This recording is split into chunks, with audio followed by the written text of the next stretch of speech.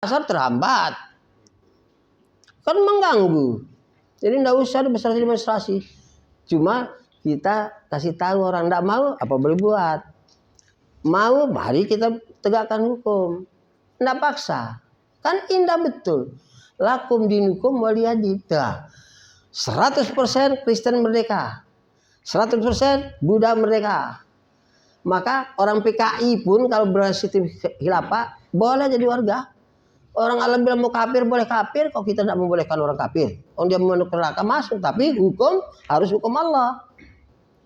Ini ada Pancasila 45 dengan kewajiban melaksanakan syariat Islam menurut tuh, kebodohan itu dianggap orang hebat tuh. Untung dibubarin oleh pemerintah. Dihapus. Kalau hukum masyarakat pada pemeluknya begitu dia maling, potong tangan. Oh, saya bukan Islam. Oh, enggak, saya bukan Islam.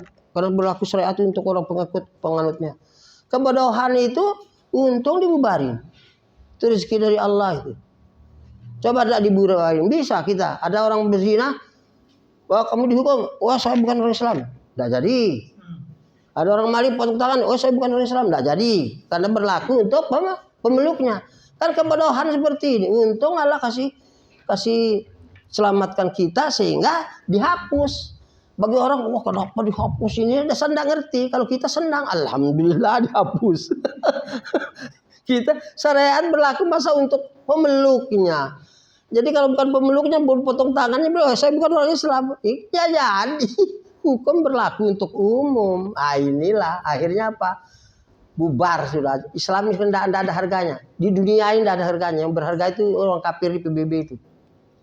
Tidak ada harganya umat Islam. Wah bahkan baru seperti ini sudah ada orang Kristen yang berani. Di zaman Belanda belum pernah saya dengar ceritanya. Di zaman sekarang modern ini berani dia 300 ayat supaya dihapus. Coba baru berani. Saya tidak pernah dengar ayah saya atau nenek saya itu cerita dulu orang Belanda itu bilang begini, tidak ada. Sekarang berani mau gitu. Maka hati-hati. Kalau mayoritas dia pasti kita dibunuh. Karena minoritas saja dia tidak bunuh itu. Sudah menghapuskan Quran. Kita halangi di tempeleng kita. Kalau dia berkuasa mayoritas. Alhamdulillah dia di sini minoritas sehingga dia aman. Karena kita umat Islam ini lakum dinukum waliyadin merdeka.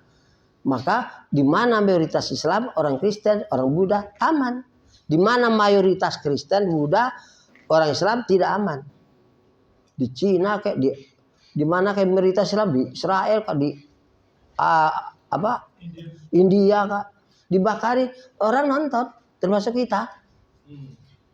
Untung bukan warga khilafah. Kalau warga khilafah ya, mungkin kita berangkat semua aja ke sana kita bunuhin orang itu. Kita tapi untung bukan warga khilafah. Dan tidak ada warga khilafah yang digituin. Wah berat itu. Sahabat tuh ada informasi Utsman, lihat coba keadaan Mekah itu, masuk ke Mekah. Perhitungan, oh ini sudah harus kembali ke sini. Kok belum kembali, belum sampai. Informasi ditahan Utsman, itu mungkin sudah dibunuh. Langsung sahabat beat alal maut. Laqad radiyallahu mu'minin izbayu dakah tahta jarah. Beat alal maut. Mati satu orang, kita mati semua. Begitu uhuahnya. Ah, tapi begitu sudah mulai nyeleweng dari kehilapan, mulai perang sesamanya. Perang. Dan itu pasti akan terjadi lagi sebab itu sejarah kehalifahan Alamin Haji Nubuah itu cuma 30 tahun. Jadi bukan Adon, bukan Jabarian, tapi mereka karena pengerti mengaku khalifah juga. Sebenarnya bukan khalifah lagi. Cuma ngaku khalifah juga sampai kehalifahan Turki. Sebenarnya bukan Adon, bukan Jabariyah. Tapi karena mereka kalau kita ngaku khalifah, orang Islam tidak taat. Kalau sekarang kalau kita ngaku khalifah malah nggak taat. Kalau orang dulu itu paham. Kalau kita tidak ngaku khalifah, orang beriman tidak mau taat. Maka ngaku khalifah juga bukan Adon, bukan Jabariyah itu. Sampai akhirnya di Turki 24 tuh. Lalu sekarang kehidupan orang kufar itu dibilang ini bukan Jabariyah. Lah, bukan Jabariyah itu sumber hukumnya Quran, hadis.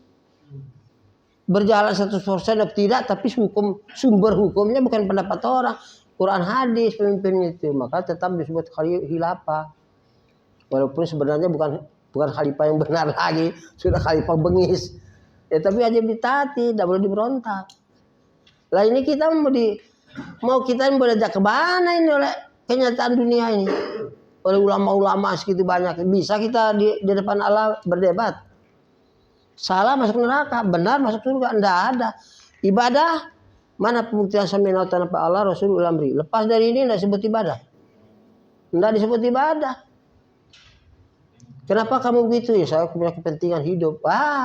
Enggak ibadah. Kenapa kamu berdagang? Mau bikin rumah? Enggak ibadah. Kenapa kamu berdagang? Mau beli mobil? Enggak ibadah. Ibadah itu kalau dalam rangka taat pada Allah, Rasul, amri menurut ilmunya. Lepas dari ini enggak ibadah. Apapun. Nah, kalau sudah mentaati Allah, maka dia berbuat itu atau mentaati Rasul, dia berbuat itu menurut ilmunya atau mentaati amri, dia berbuat itu namanya ibadah. Diterima apa tidak? Persoalan kedua. Mungkin diterima, mungkin tidak ibadah itu. Oh, kamu sholat zuhur 4 rakaat, kenapa? Teman saya ngasih tahu saya, katanya Rasulullah itu kalau sholat zuhur suruh 4 rakaat. Jadi saya ikut Rasulullah. Yang ngasih tahu teman saya, bukan saya ngapal dalilnya. Enggak apa-apa, yang penting kalau gitu saya taat sama Rasulullah, sholat zuhur 4 rakaat. Ibadah, karena sudah dalam rangka buktikan taat sama Rasulullah. Diterima apa tidak? Persoalan kedua. Kalau ke dunia, langsung hilang nilai ibadahnya. Kamu khusyuk sekali bacaan Qurannya tadi, tamat Mesir kan? Bacaannya khusyuk, sujudnya bukan main, tumakninanya lengkap. Bagus sekali. Kok begitu ya? Calon mertua di belakang, fawailul musallin. Sudah jelas sholat 4 rakaat, tapi calon mertua di belakang lihat. Fawailul musallin, tidak boleh ke dunia. Dunia ini kita mau tinggalkan. Kok tujuan yang dikejar ke dunia? Kan bodoh orang kafir itu. Kamu pasti mati ya? Meninggalkan dunia pasti. Tidak usah meninggalkan dunia, tidak bisa Pak Ustaz. Jadi pasti meninggalkan dunia, pasti mau kemana? Ya pokoknya pasti meninggalkan dunia, entah kemana. Terus yakin. Kalau kamu yakin pasti meninggalkan dunia, siang malam kamu kerja numpuk dunia, sudah itu kamu tinggalkan. Goblok betul. Itu kan gobloknya luar biasa itu. Hasilnya apa? Makan kenyang, berak, ngantuk tidur, seperti yang sudah terkenal di kalangan kita dari kemesulan sampai pusat. Orang hidup itu mau kaya sekaya-kayanya, makan kenyang, berak, ngantuk tidur. Miskin semiskin-miskinnya, makan kenyang, berak, ngantuk tidur. Orang gila di kampung saya hari ini masih hidup. 25 tahun, makan kenyang, berak, ngantuk tidur. Orang gila, enggak kena corona, enggak pakai masker. Ketawa pagi sore 25 tahun lebih kata orang kampung. Masih hidup hari ini, belum meninggal. Tetangga di kampung itu. Makan kenyang, berak untuk tidur. Kodok makan kenyang, berak ngantuk tidur. Ayam makan kenyang, berak ngantuk tidur. Sapi, anjing, kucing makan kenyang, berak ngantuk tidur. Itulah hidup. Mau kamu usaha kamu menentukan nasib hidup nggak bisa. Itu konyol. Kita bisa menentukan nasib kita di dunia. Enggak bisa, kita hidup. Jadi disuruh menentukan nasib di akhirat lewat dunia ini. Bukan disuruh tentukan nasibmu di dunia. Mana ada Allah begitu. Kita aja enggak bisa begitu. Coba ambil perkutut. Hai perkutut, masuk di kandang ini ya. Sangkar ini. Hidup kamu dalam sangkar ini. Bukan maunya perkutut, maunya kita. Terus kita bilang, hai perkutut, tentukan nasibmu. Ini namanya manusia gila itu. Kita aja enggak begitu. Mandangin 100 ekor kambing. Masuk kambing 100 ekor. Sudah ditutup pintunya, baru kita bilang, hai kambing, tentukan nasibmu. Bukan kambing yang mau hidup di kandang. Kita yang masukin di situ, ya kita tanggung jawab. Baru kita yang enggak beresin, apalagi Allah yang maha kasih, maha kaya, maha sempurna, maha. Apalagi kok ragu dengan hidup. Hasilnya itu makan kenyang, berak, ngantuk tidur. Ditumpuk-tumpuk untuk apa? Nanti sudah capek-capek, siang malam gotong panting, kepala di bawah, kaki di atas istilahnya, ditinggal. Capeknya doang, hasilnya makan kenyang, berak, ngantuk tidur. Apa itu? Kenapa tidak dibawa ke akhirat? Nah inilah dia. Wa in tanazatum fi syai', jangan kembalikan kepada otakmu itu, kembalikan ilallah wa rasul. Kalau kamu betul beriman, itu khairun waksanu tahu. Nah, jadi itu yang bagus. Masa ada sih Allah keliru? Kok kiai tidak mau diajak itu? Khilafah. Wah, nanti bahaya khilafah. Gobloknya itu bukan main. Kenapa? Itu kan sudah jelas. Nah, inilah dia. Maka alhamdulillah sekarang ini orang sudah ribut sendiri. Yang nyela ribut bukan warga khilafah juga. Yang memuji khilafah juga ribut, tapi bukan warga khilafah juga. Mereka ayo ribut sendiri. Mungkin ini Allah memberitahu kita walaupun usahanya kecil-kecilan, diam-diam, tapi rupanya Allah itu mengembirakannya. Lihat tuh sudah banyak orang bicara khilafah ini, padahal kita belum pernah ketemu. Mungkin itulah rahmat Allah dari kerjaan kita yang tidak ada nilainya itu, tapi karena kita sungguh-sungguh, ya nanti diberkahi Allah. Mudah-mudahan kalau ibaratnya 100 tahun ada perubahan, mungkin ini kalau 24 hilang, 2024, 100 tahun ada baru lagi, mungkin ini. Maka saya bilang sama Densus, Pak Densus, hati-hati. Apa? Tunggu perang dunia ketiga, antum siap? Hah? Katanya. Ini ilham lagi Pak Khalifah ini. Saya bilang bukan. Itu dulu saya ngomong begitu. Jadi belum ada bayangan-bayangan. Sekarang kalau saya ngomong gitu, iya kayaknya gitu. Sekarang dulu waktu saya ngomong itu tidak ada bayang-bayangannya. Cuma saya sudah bilang begitu. Hati-hati perang dunia ketiga. Ya, kita juga sudah dengar kan dulu saya ngomong begitu. Tahu-tahu sekarang kalau saya ngomong gitu, iya kayaknya benar ini. Nah, tapi kan jadi kata dia itu, Pak Khalifah ini ilham lagi kayak ini katanya. Saya bilang bukan ilham. Pokoknya siap-siap tempur, saya bilang. Jangan ndak bela Islam. Jadi maka warga kita ini ada warga istimewa, para pejabat itu. Ndak usah pakai pakaian seragam. Ndak usah ikut ngaji, pokoknya dinasnya. Nanti kalau ada apa-apa, dia bela Islam. Itu yang penting. Inilah yang kita harapkan, mudah-mudahan Allah mengabulkan harapan kita yang baik ini, bukan untuk kepentingan pribadi dan golongan kita, untuk kepentingan keselamatan umat sedunia sebagai rahmat Allah. Selamat yang kafir selamat, yang beriman selamat, cuma matinya kalau kafir tidak selamat. Kalau di dunianya selamat semua. Iya. Unta saja nangis di hadapan Rasulullah. Siapa punya unta ini? Saya ya Rasulullah, kata yang punya kebun. Jangan ente mendolimi unta ini. Unta. Apalagi manusia, mau kafir-kafir juga jangan didolimi. Itulah Islam itu hebatnya kan. Dan ini ndak diekspos oleh ulama-ulama itu masalah seperti itu. Yang maunya itu, wah khilafah. Aduh, rebut negara. Berani benaran juga enggak. Mending kalau berani benaran.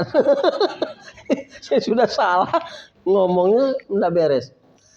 Inilah mudah-mudahan ini suatu pertanda dunia ini.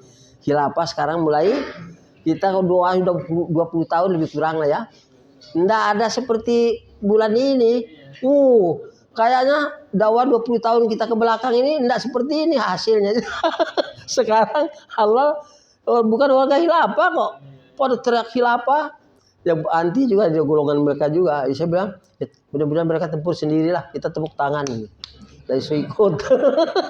Tapi kalau untuk menguasai negara ini, kita lawan untuk tegaknya ajaran Islam. Nah itu prinsip. Kalau enggak, kita tepuk aja, berantam kalian biar kalian mati semua. Ayo, gitu. Iya ngapain? Enggak ada guna-gunanya. Kita cuma membela apa? Membela ekonomi. Asal wah ekonomi kayak kok hidup untuk makan. Cacing aja makan 7 keturunan nggak pusing kok. Iya, ini manusia. Katanya beriman. Lalu dibilang begini.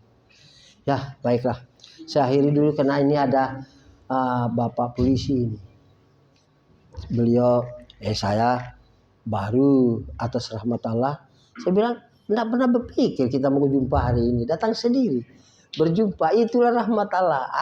Malam ini, siapa beliau? Saya juga enggak tahu. Dari mana? Kita kasih kesempatan. Cuma saya tutup dulu, bagian saya cukup sekian. Nanti kalau sudah perkenalan Bapak ini dari mana kemana, mau kemana, apa tujuannya segala macam terserah. Sudah itu baru tanya jawabnya diakhirkan tanya jawab. Ya, saya kembalikan dulu kepada pembawa acara dan saya tutup, saya akhiri.